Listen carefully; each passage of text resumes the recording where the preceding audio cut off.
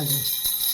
I'm here to do the Colours of Christmas tag, which was originally made by the Book Buds, and I was tagged by Margaret Pinard, who is the cultural Canadian attaché to Scotland.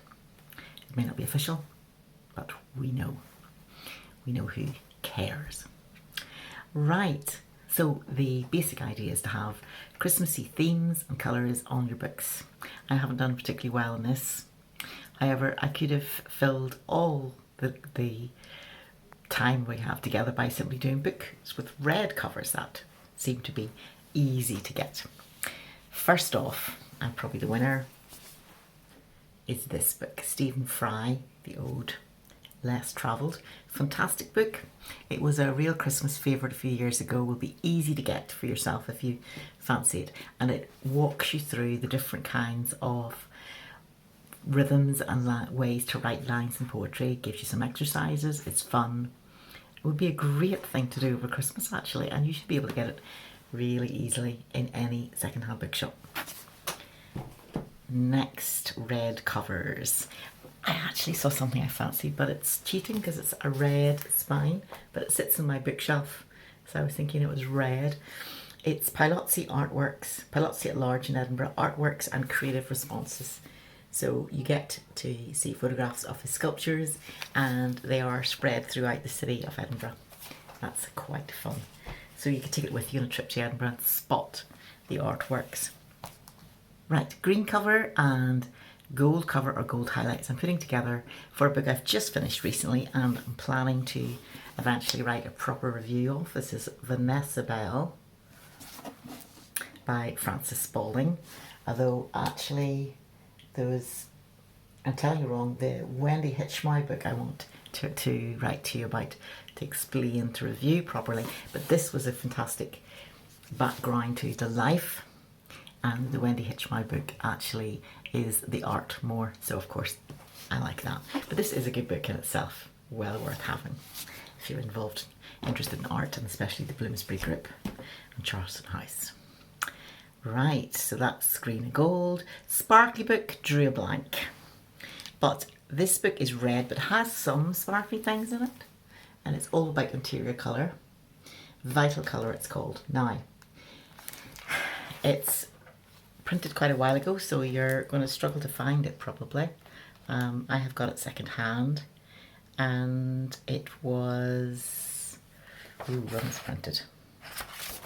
1998, but in terms of putting colours together on a page, it is fantastic. It's just amazing. I recommend it to you. Vital Colour.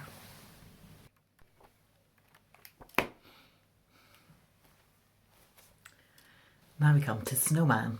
I don't have a book with Snowman on the cover, but it reminded me of a quote by P.G. Wodehouse about a butler. This is not even the book, but it does show a picture of a butler by P.G. Wodehouse, and the quote is, where a very confident young person approaches a very serious butler, Beach, the butler, and calls him, "Hi cocky, hello, hey cocky, hey cocky," and it just says, "Ice formed on the butler's northern slopes." So that's my snowman. And then we move to pine trees. Do not have pine trees. Have trees. And they're in the letters of Seamus Heaney on the cover, as you can see. And this is an important book for me this year as I began reading it, and that kind of was around about the same time. It was in preparation, unbeknownst to me, for actually coming back to live in Northern Ireland. So there we go, the letters of Seamus Heaney.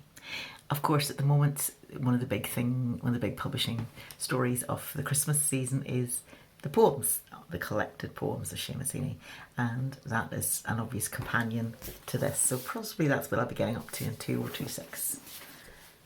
We'll see.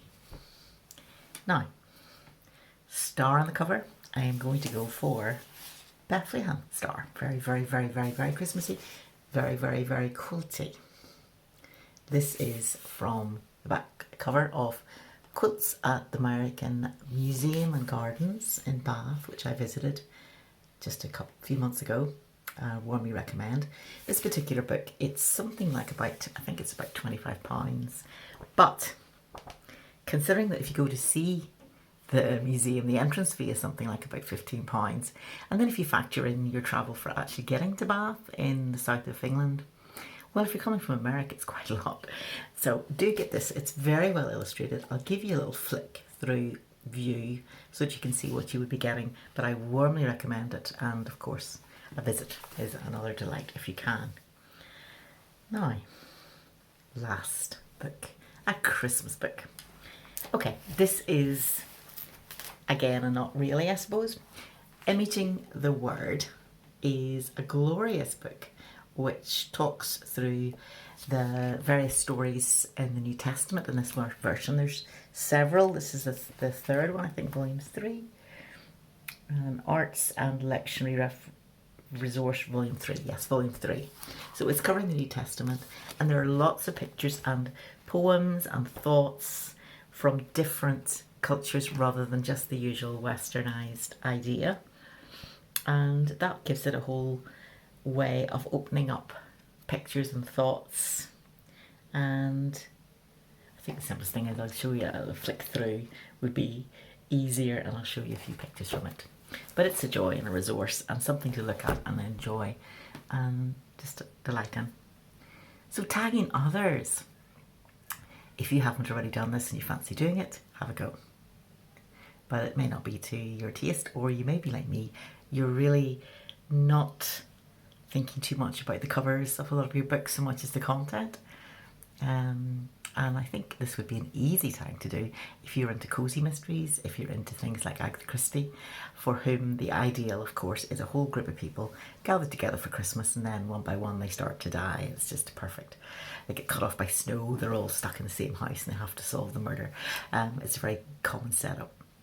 So there we are. That is my Colours of Christmas tag. Have a go at doing it if you fancy. If not, have a good seasonal break and holiday. Bye for now.